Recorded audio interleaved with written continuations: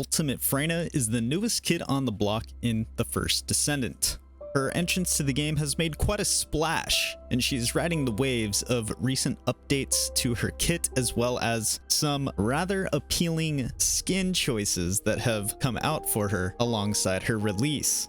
Unlike the acquisition methods we had to farm Haley, Ultimate Freyna goes back to the roots of the standard style in which we farmed all of our original Descendants in the game. The devs have replaced a handful of old amorphous materials with new AB variants, which include all of Ultimate Freyna's parts within, and so it's back to the RNG grindstone for Ultimate Freyna. As many of you might know who have grinded anything in this game, amorphous materials give you options of different locations and percent odds that you can potentially use to farm out the parts of Descendants and weapons. Today, I want to talk to you guys about what I believe are the best and most efficient locations and methods to use to farm each of Ultimate Freyna's parts so you guys can get her crafting as soon as possible. Let's hop into game and let the grind begin. So I have been a very patient boy, much like a kid on Christmas Eve, struggling to sleep, excited for the morning after, waiting for Ultimate Freyna to be ready to collect. I finished collecting all of her parts a few days ago, but we waited for all of them to craft and then put them all together to create the full form, which I'm going to grab here in front of you guys to share the exciting moment with me together.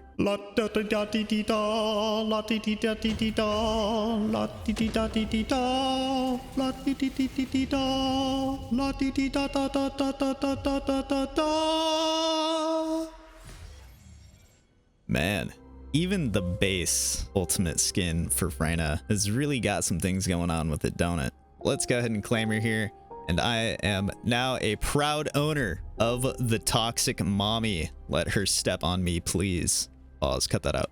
As I said previously, some of the original amorphous materials were replaced with new Variant AB iterations of the amorphous patterns. So they added 12 new ones, which means there's 3 amorphous material options per Ultimate Freyna part that you can choose to farm. If you're unaware, whenever you go into the access info for amorphous materials, you can actually type keywords of specific items you want to look for within the amorphous, and they will then bring up all the available amorphous patterns that have those items within. So for Ultimate Freyna's first part, the enhanced cells, I simply typed in Ultimate Freyna and then put the first part of that to narrow it down to this specific piece. And this gives us all the options of Ultimate Freyna enhanced cell blueprints. When you look at these on the surface, they're all 10% for Ultimate Freyna's enhanced cells. So you may think, well, there's no reason to pick any particular one. They're all the same. However, I personally believe that material pattern 83 is the optimal one to choose, and I will explain to you guys why here very shortly. So one thing I want to point out first and foremost, all of these outpost patterns are also Sharon required. The way you can tell if a amorphous material requires Sharon or not at an outpost is due to if the number is even or odd. So any odd number amorphous materials in hard mode mean that you will need to do the stealth approach to the outpost to get a chance for the drop. Our choice of outpost is the one in Echo Swamp in Derelict Covert. So location wise, the main spawn is right here, and just above us is the outpost. So that's nice that the spawn is close by. The void fragment is close by as well as it is a toxic fragment. So in the spirit of farming Ultimate Freyna, you can use your normal Freyna to farm out the fragments for this if you don't already have them. And the fusion reactor boss is very close by as well. So for me, I like to spawn in this corner over here, run in, do this one over here, and finish this with this one because the boss spawns right here. So we'll throw our weakening down on him, we'll hit him with our blade, and then we'll finish him off real quick like. And just like that, you have a run. Now another cool thing about this location is, as you can see, I just got macro molecule biogel, which is what you need to craft crystallization catalysts. So that is the primary reason I chose this outpost of all, is while farming the amorphous materials out for Ultimate Freyna, you can also simultaneously be getting a very useful long-term material for yourself. Now, the boss can be a little annoying. He can hurt a little bit. He's quite annoying with his electric shocks. But something else I wanted to point out is when you do get an amorphous pattern drop, the boss is so close and you can kill him quite quickly, to the point where by the time the outpost is off of cooldown, you basically can go kill the boss and then hop right back in to run the outpost again. I used to be in the camp of, let me get 5 to 10 of these and then go open them all at once. That can be nice, but in my long-term experience in the game, I have found that just opening the ones you have is often going to end up being more efficient than just trying to stack them and then go do a bunch at once, because the moment you stack multiple, you're going to pull it first or second try. Now, the one thing I do advocate stacking is void fragments. Void fragments, even if you do get an amorphous right away after you overfarm those, will always be useful long term, so there's no harm in that.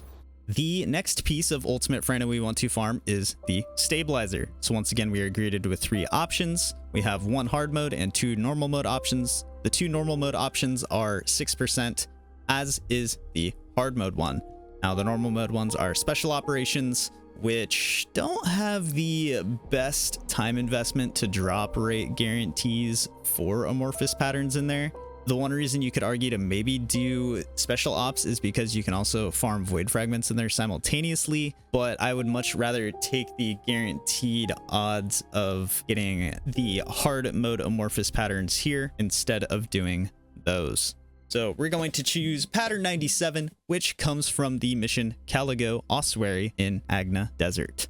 Going into Caligo Ossuary, you obviously want to pick the 250% multiplier option, as this gives you close to, if not guaranteed, score values to reach the 100% odds of getting 2 amorphous patterns, as well as the highest odds of also getting shape stabilizers, which are often helpful in these low percent farms. Also, don't be like me. When I started farming this mission, I forgot to swap to reward number 2. You want to make sure to pick reward number 2, as that is the variant one. Yeah, don't be a jackass. I felt quite boneheaded after doing that and wasted probably half an hour. Now, I don't think there's much that needs to be said about the Caligo Ossuary mission. It's very standard, and you don't have to go too much out of your way to achieve the score. Sometimes in these missions, even with the 250% guaranteed modifiers we now have, there are certain objectives or design styles within the missions which can allow you to complete them so quickly that you don't kill enough enemies to get the recommended score or required score. So make sure you're paying attention to your score lines. They actually show the max score off to the right side now that you need. As you can see, by the time we reach the final boss room and start in here, we're already well over 100k. We're already at like 110, 115 by the time we even got here. And there's still even more ads to take out within here once you arrive. So score, definitely not an issue. It's more than easy enough to guarantee yourself 2 drops every single run in this Caligo Ossuary mission. And good riddance. Just like that, 297 variant ABs. And look at that, we even got a Haley spiral catalyst. So if you're still on the Haley grind, then this is also a perfect overlap for that as well. Just over 5 minutes running with 3 other people. Obviously we're on Bunny, but Bunny is there for the speed runnage. So there it is. One thing you could consider a negative about this amorphous material is that it is linked to Swamp Walker, which Swamp Walker is probably one of the more annoying bosses to fight. But on the bright side, Swamp Walker in turn does have a component set that is not too bad of an option for Ultimate Freyna. And if you do happen to be struggling with the boss, well, there's always the option of going the public route as well. But if we put in a little bit of elbow grease, we can take him down and we can claim our goods. As I said previously, Swamp Walker, being a toxic boss, has a venom set. which includes toxic skill power boost, tactical and or assault rifle firearm attribute effect trigger rate boost, and for each poison stack inflicted upon enemies, firearm attack increases and skill power modifier goes up as well for a certain duration with a 30% chance of triggering per stack. The third part and the final piece of Freyna that requires its own crafting time is going to be Ultimate Freyna's Spiral Catalyst. Our three options available to us for this one are material 127AB, which is a hard mode infiltration op drop. We have pattern 79, which is also another hard mode infiltration drop. And lastly, we have pattern 54, which is a non-Sharon required outpost. So if you don't like fighting bosses, then 54 would be the way to go. But every single one of these is a 10% chance for the Spiral Catalyst. So the odds are the same. It kind of just comes down to preference. Personally, I believe 79 is the best, as this is quite a quick mission, as well as the boss that is tied to this amorphous material is hard mode Devourer, and Devourer is the fan favorite boss to speed kill and bully and hyper farm. Once again, don't be that guy. Make sure to select reward number 2 for pattern 79 to make sure you're getting the ones properly with Freyna. Now, for the shelter, you do need to be a bit more careful when it comes to the max score line of 40,000. In a majority of the runs I did, I actually underperformed on the score and happened to just get lucky and get 2 drops anyways. But in these first rooms with the pickup objectives, it's actually worth your time to stall a bit and kill more enemies and not just dump all of these in right away, as if you complete the objectives too fast, you will end up underscoring by the final boss. Ideally, you want to be leaving this room with about 10k score to ensure that your score line is looking good going forward. Second room, you don't have to worry as much. I believe the bosses don't pop out until you basically kill all the adds necessary to get him to spawn, which drops the item for the objective. So for this room, it's kind of just standard procedure, kill everything out and go from there. Being near the 35,000 mark by the time you leave the second room is a very comfortable spot to be. If you are in the low 30Ks, say 31, 32K maybe, you do need to monitor your score quite much in the boss, and you may even have to stall a bit to ensure enough ads spawn to get your score line. Once again, if you're running publicly, you can sort of be the mediator of score and potentially lay off killing the boss as fast if your teammates are fully focused on that, and just focus on getting the ads down. But ideally, you shouldn't have to worry about score in the final boss room, so long as you do your due diligence in the early rooms and take out all the ads necessary. Then you can just fry the boss at the end to make the run as efficient as possible. And just like that, less than 5 minutes later, we once again have 2 Amorphous for chances at Ultimate Freyna's Spiral Catalyst, as well as, once again, another Haley component. This mission also overlaps with Haley's farm missions. Now it's time for Swampwalker's goofy younger brother, Devourer. Devourer poses way less of a threat than Swampwalker, and without too much effort, he goes down with relative ease.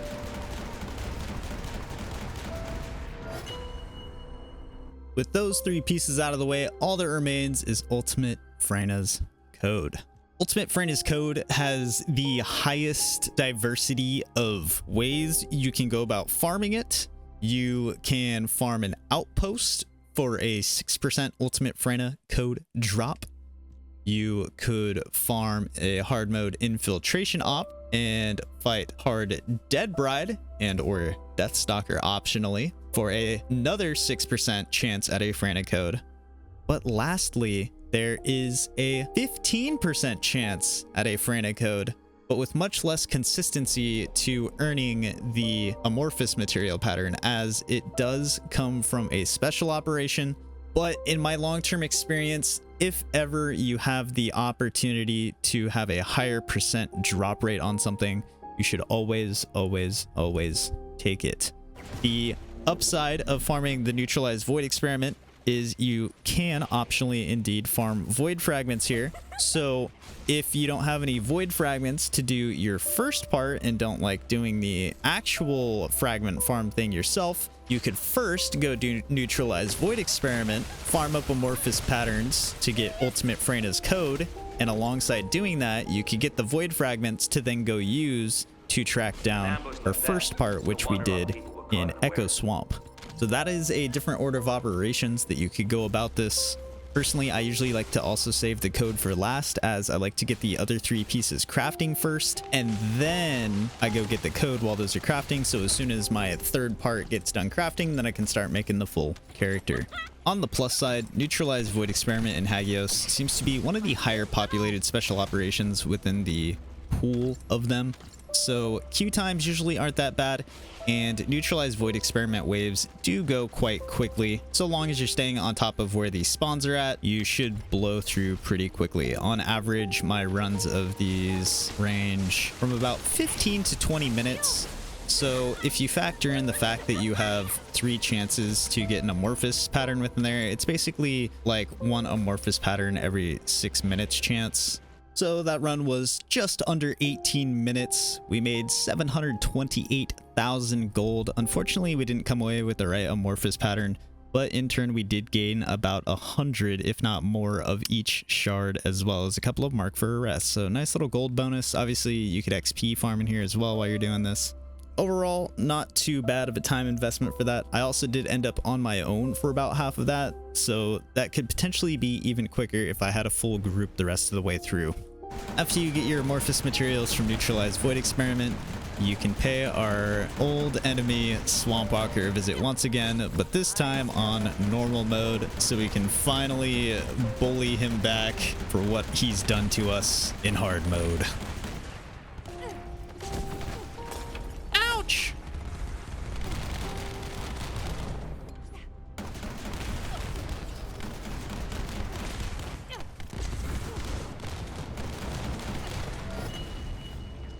It seems to me that most of the bosses you end up fighting your amorphous patterns for are all toxic based. Who would have thought? I think that about wraps things up for this one today, guys. I hope these tips help you farm Ultimate Freyna as efficiently as possible. Also, don't feel obligated to stick to exactly what my suggestions are. These are just what I believe are the most efficient and what works best for me. However, not everyone is the same. Maybe some different farming methods work better for you guys, or if you prefer to play in different ways, by all means, do what you want to do. Play how you want to play. Hold on. Gotta high five somebody. Yay. All right, now please move, sir. I am I'm trying to do an outro here. All right, now that Ultimate Freyna is in our possession, I will be getting to the grindstone and getting a build fleshed out for her. I already have her Transcendent mods. I got really lucky doing combinations on all of the new Transcendent mods, in fact, including Haley's. I do plan on making a follow-up video to my Haley build that involves her new modules as well, so stay tuned for that. But that's all I have for you folks for now. So I hope you guys enjoyed the video. If you did, be sure to leave a like, comment down below where you're at progress-wise on unlocking Ultimate Freyna, or if you already have her. And don't forget to subscribe to the channel for more videos to come. But that's all for now, folks. I wish you guys the best of luck in your first Descendant adventures. And until the next time does come, stay grinding, and I'll catch you guys in the next video.